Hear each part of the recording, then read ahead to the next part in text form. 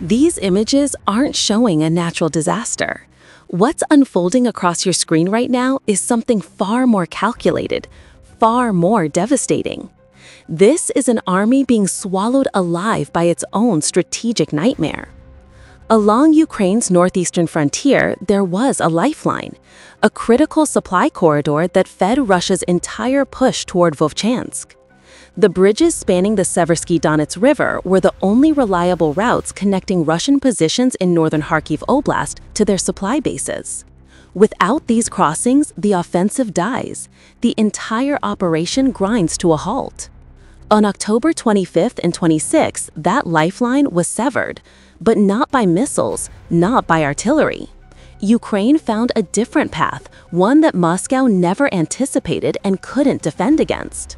Russian border villages near Belgorod, settlements like Shebikino, are now facing catastrophic flooding. Military trenches south of the reservoir have vanished beneath rising water. Supply trucks meant for the front are trapped in mud that swallows vehicles whole. And potentially, thousands of Russian soldiers advancing on Vovchansk have been cut off completely. No ammunition resupply, no fuel deliveries, no way back. This wasn't an accident. This was asymmetric warfare at its most ruthless. Ukraine didn't just cut Russia's supply line, they drowned it. To understand what just happened, you need to understand what was at stake. Vovchansk sits in northern Kharkiv Oblast, close enough to the Russian border, but Moscow believed it could be taken and held. For months, Russian forces have been grinding forward, meter by meter, paying brutal costs for incremental gains. But every offensive lives or dies on logistics. Bullets don't materialize on the battlefield. Fuel doesn't appear in tank treads by magic. Food doesn't teleport to frontline positions. Everything has to be transported. And in this region, everything had to cross the Seversky Donets River. The river itself is a natural fortress, wide enough that you can't wade across, deep enough that standard bridges are engineering challenges, fast enough that pontoon crossings are risky even in good weather. Russia knew this. They invested enormous resources protecting the handful of permanent bridges that allowed heavy equipment to pass. Air defense batteries ringed the crossings. Electronic warfare systems jammed Ukrainian drones. Engineers reinforced spans with additional supports. The Kremlin's calculus was simple. These bridges were too valuable, too critical, too well defended for Ukraine to risk attacking directly. That calculation was correct. Ukraine looked at those fortified bridges and made a different choice entirely. Why fight through layers of air defense to destroy a bridge when you can make the bridge irrelevant? 50 kilometers upstream from the most critical crossing sat the Belgorod Reservoir, a Soviet-era dam that regulated water flow into the Seversky Donets. During normal operations, it controlled the river's volume, preventing seasonal flooding. The structure was old, built in the 1980s with concrete that had weathered decades of temperature cycles and stress. Ukraine's intelligence services identified the vulnerability. If that dam failed, if those floodgates couldn't hold, millions of cubic meters of water would surge downstream. The Seversky Donets would overflow its banks. Everything in the flood path, villages, farmland, military positions, and critically, those Russian supply bridges, would be submerged. It was a perfect asymmetric equation. Russia had concentrated defenses around high-value targets at the front, but the dam, far behind what Moscow considered the combat zone, was barely protected. A handful of guards, minimal air defense coverage, no serious expectation that it would ever become a military objective. That oversight was about to cost Russia an entire offensive. Saturday, October 25th, midday, the first Ukrainian drones appeared over the Belgorod Reservoir. Initial contact looked like reconnaissance, small UAVs mapping defenses, testing response times. Russian early warning systems detected the intrusions. Local air defense units went to elevated alert status. Then the strikes began. Small explosions rippled across the dam's concrete face. Not massive detonations, precise, targeted impacts against stress points in the structure. Observers on the ground reported cracks forming, chunks of concrete breaking loose, water beginning to seep through new gaps. Russian engineers were deployed immediately. They assessed the damage, ran structural calculations, and delivered their verdict. Manageable. The dam had been hit, yes, but the foundation remained intact. Repairs could be made. The situation was under control. That assessment bought Moscow exactly 24 hours of false security. Sunday afternoon, approximately 3 p.m. local time, the second wave arrived. This time, Ukraine deployed Dart-type kamikaze drones, the same platforms that had successfully struck fuel depots and military installations in previous operations. These weren't reconnaissance probes. These were precise munitions aimed at the exact same points damaged the day before. Multiple impacts struck in rapid succession. The concrete didn't just crack this time, it shattered. Structural failures cascaded as weakened sections gave way under the immense pressure of millions of liters of backed-up water. The floodgates, damaged beyond their ability to regulate flow, began hemorrhaging water at catastrophic rates. Within 2 hours, the reservoir level had dropped by several meters. Engineers watching from safe distances reported that the outflow was uncontrollable. Every attempt to close damaged gates failed.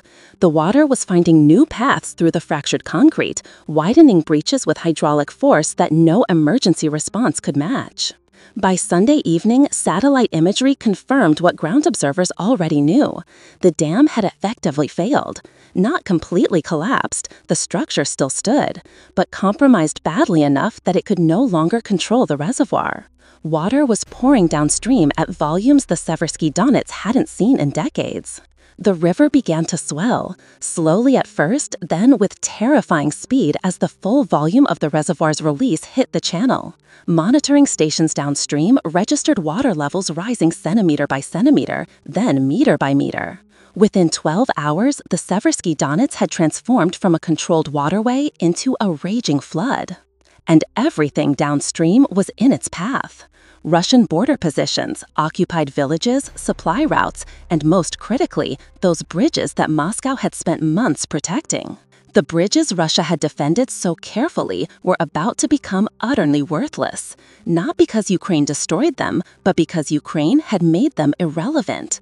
You can't drive a supply truck across a bridge when the approach roads are underwater. You can't reinforce positions when the only routes forward have vanished beneath flood-gauge currents. Ukraine had just weaponized an entire river, and the consequences were about to cascade across the entire northern front. By Monday morning, the first casualties were appearing. Russian military positions near the village of Gryavka, situated on low ground along the river's eastern bank, began flooding shortly after midnight. Soldiers stationed in trenches that had been dug weeks earlier found themselves standing in ankle-deep water, then knee-deep, then waist-deep. Emergency evacuation orders went out across encrypted channels. Troops abandoned defensive positions they'd spent months fortifying.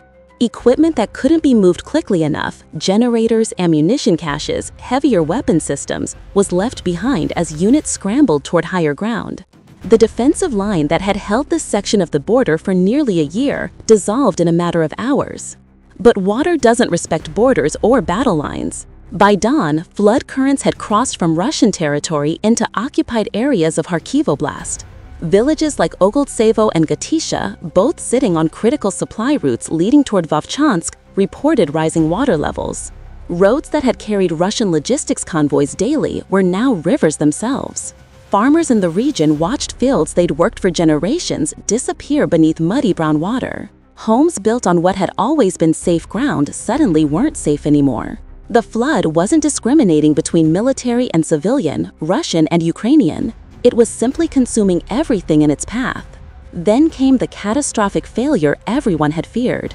The main bridge, the primary span Russian logistics had depended on for months, either collapsed outright under the pressure of flood stage currents or became so deeply submerged that crossing was impossible.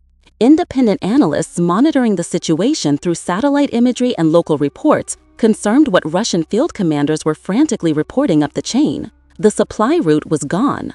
Alternative crossing points existed on maps. Smaller bridges, fording locations that could theoretically handle lighter vehicles. But theory collapsed when confronted with reality. Those alternative routes sat in low-lying areas that were now underwater. The few roads that remained above the floodline had turned into thick, vehicle-devouring mud as water saturated the surrounding terrain. Russian engineers attempted to establish temporary pontoon bridges. The efforts failed repeatedly. Current speeds were too high. The riverbanks had become unstable marshland incapable of supporting the anchor points. Even if a crossing could be established, the approach roads on both sides were impassable. Thousands of Russian soldiers advancing on Vovchansk, positioned south and west of the flood zone, were now completely isolated. Every supply truck that should have reached them was stuck on the wrong side of an overflowing river. Every fuel tanker sat idle at staging areas that might as well have been on another continent. Every ammunition resupply convoy had nowhere to go. The math was brutally simple. An army without supplies stops being an army. It becomes a collection of stranded individuals waiting to run out of bullets, fuel, and food. Let's talk about numbers. Not estimates or propaganda figures, but verified unit identifications cross-referenced through multiple intelligence sources. At least 4 Russian motorized infantry brigades were operating in the direct impact zone when the flood hit. The 128th, 116th, 68th, and 136th, each one representing thousands of combat personnel, hundreds of vehicles, and entire logistics chains. Beyond those primary formations, elements from Russia's 6th Combined Arms Army and 44th Army Corps were also confirmed in the region. The 82nd Motorized Rifle Regiment, the 138th Motorized Rifle Brigade, smaller units attached for specific operational tasks. When you add up the combat troops, support personnel, logistics staff, and attached specialists, you're looking at potentially tens of thousands of people cut off from their supply lines. These aren't conscripts sitting in defensive positions. These are the units that were supposed to be taking ground. The formations Moscow was counting on to finally break through Ukrainian defenses around Vovchansk and push the front line west. They had momentum, they had equipment, they had plans. Now they have a logistics nightmare with no solution. Artillery batteries need ammunition. A typical Russian artillery brigade can expend hundreds of shells per day during active operations. Without resupply, those guns fall silent within 48 to 72 hours. Once the ammunition is gone, a multi-million-dollar artillery piece becomes an expensive paperweight. Tanks and armored vehicles run on diesel fuel. A T-90 tank gets roughly 120 liters to every 100 kilometers under combat conditions. Stop the fuel trucks, and within days, those tanks aren't maneuvering, advancing, aren't even relocating to avoid Ukrainian targeting. They become stationary bunkers, and stationary targets don't survive long on modern battlefields. Infantry soldiers need food and water. Combat rations are calculated down to the calorie. Miss 3 days of resupply and physical performance degrades measurably. Miss a week and you're dealing with troops who lack the energy for sustained combat operations. Medical supplies, spare parts, communications equipment, winter clothing as temperatures drop. Every single category of material that keeps a military formation functional requires constant logistics. Cut those logistics for even a few days and the effects compound exponentially. But the flooding created a problem beyond simple supply disruption: the mud. Russian mechanized forces depend on mobility. Tanks, infantry fighting vehicles, self-propelled artillery. These platforms are designed to maneuver, to exploit breakthroughs, to avoid becoming fixed targets. The flood turned surrounding terrain into thick, sucking mud that immobilizes vehicles within minutes of leaving hardened roads. Reports from the affected area describe armored vehicles sinking axle deep, then hull deep into ground that had been firm just days earlier. Recovery vehicles sent to extract stuck equipment became stuck themselves. Entire motor pools were rendered immobile not by enemy fire, but by basic physics. Steel and mud don't mix well. Defensive positions weren't spared either. Trenches carefully dug and reinforced over weeks filled with water and collapsed. Bunkers flooded. Underground ammunition storage became inaccessible. Everything that Russian forces had built to support their offensive was being systematically destroyed by rising water and saturated ground. Ukrainian commanders watching this unfold didn't need to launch a major counterattack. Time was doing their work for them. Every day the flood persisted was another day Russian combat effectiveness declined. Another day ammunition stockpiles dwindled. Another day morale eroded as soldiers realized they were trapped with no relief coming. The strategic calculation was elegant in its simplicity. Ukraine had transformed an advancing Russian army into a besieged garrison. The enemy wasn't at the gates. The enemy was the environment itself. And unlike human adversaries, rivers don't negotiate. Floodwaters don't accept surrender. Nature simply continues doing what physics demands until the water finds equilibrium. Russian forces near Vovchansk were now fighting two wars simultaneously. One against Ukrainian troops to their west, another against the mud, water, and logistics collapse to their east. History shows that armies can sometimes overcome one of those challenges. Overcoming both at once is nearly impossible. The soldiers weren't the only ones drowning. At least 10 civilian settlements in Russia's Shebikino district found themselves in the flood path. Villages that had existed for generations, surviving wars and political upheavals, now faced evacuation as water levels continued rising. Governor Vyacheslav Gladkov issued warnings for residents of Bezlyudovka and Novaya Vovchansk to prepare for possible evacuation. Not mandatory orders initially, just recommendations. That careful language revealed everything about Moscow's panic. Mandatory evacuations would mean admitting the scale of the disaster. Recommendations allowed the Kremlin to maintain the fiction that everything remained manageable. The reality on the ground told a different story. Families watching water creep toward their homes weren't interested in bureaucratic distinctions between recommendations and orders. They packed what belongings they could carry and left. Those with vehicles loaded possessions and drove toward higher ground or relatives in other regions. Those without vehicles waited for buses that arrived late or not at all. These weren't people living in active war zones.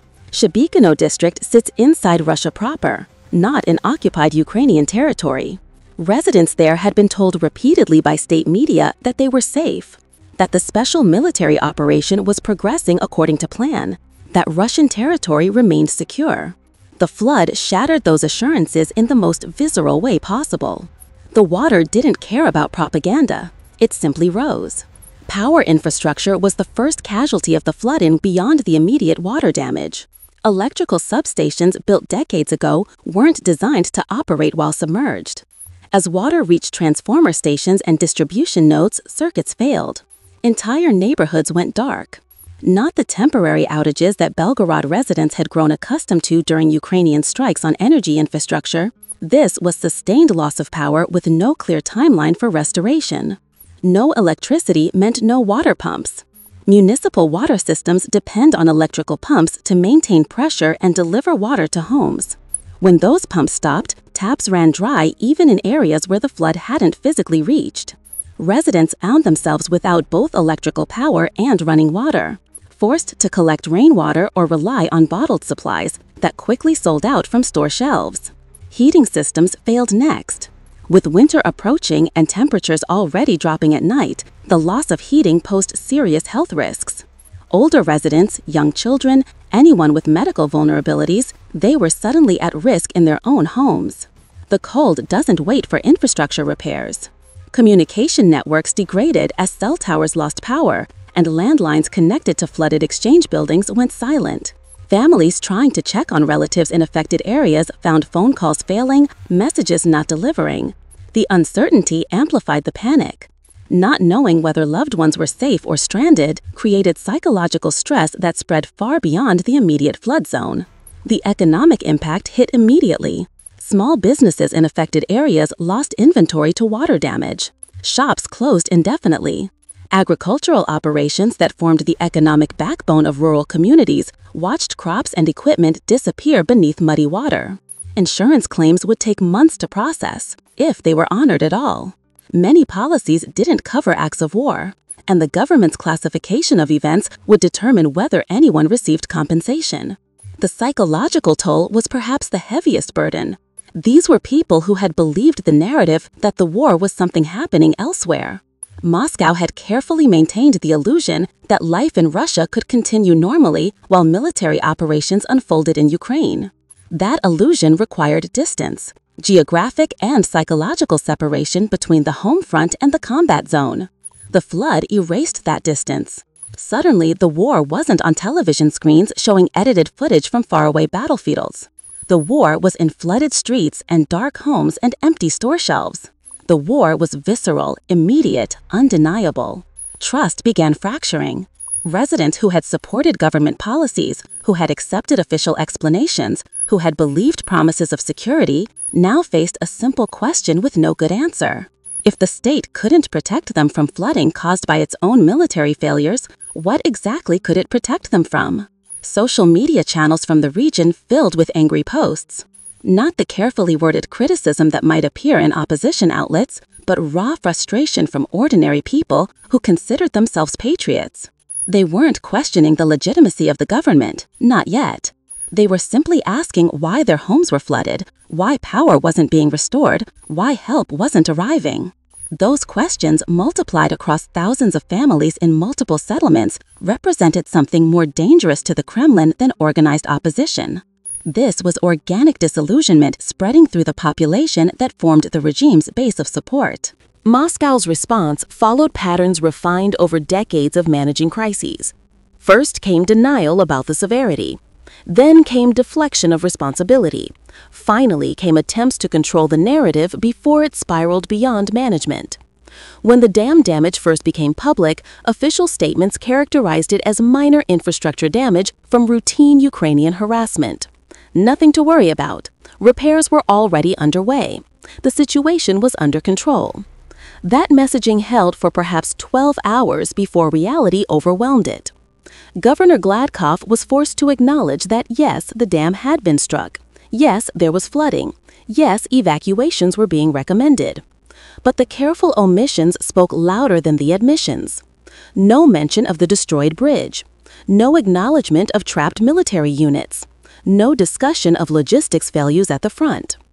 Russian military bloggers, typically sources of pro-government perspective, began posting increasingly concerned assessments.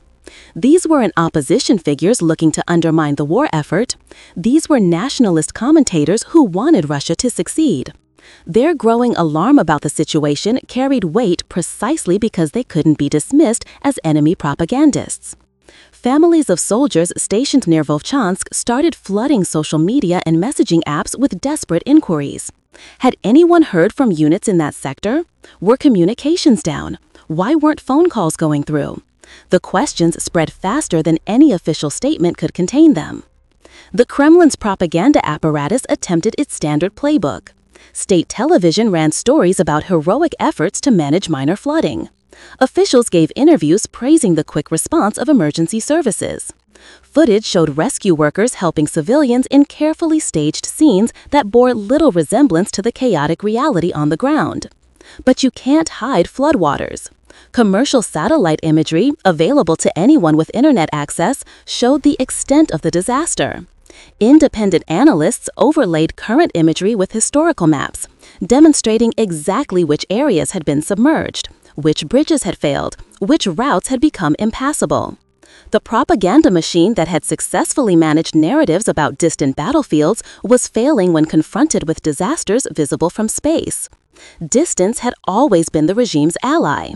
Control information flow, control public perception. That formula worked when events happened far away in places most Russians had never visited.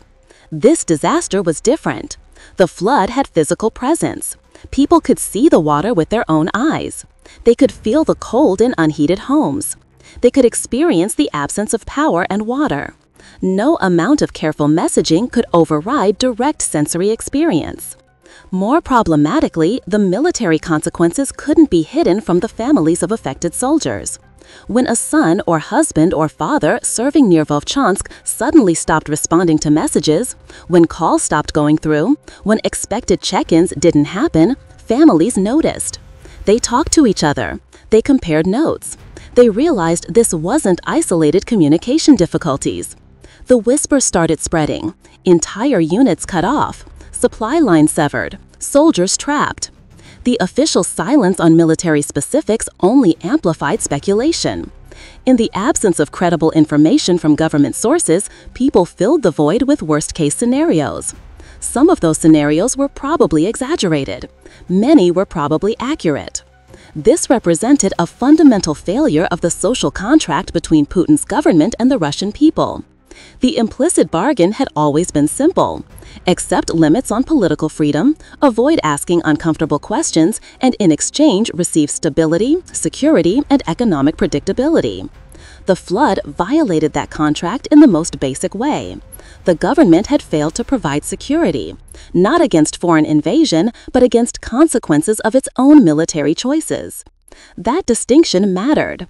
Russians might accept sacrifices during wartime if they believed those sacrifices served national survival. But accepting losses caused by incompetence, by poor planning, by leadership failures, that was a different calculation entirely. The anger building in Belgorod wasn't revolutionary sentiment. It was simpler and potentially more dangerous. It was frustration, exhaustion, a growing sense that the people making decisions didn't care about or couldn't protect the people living with those decisions' consequences.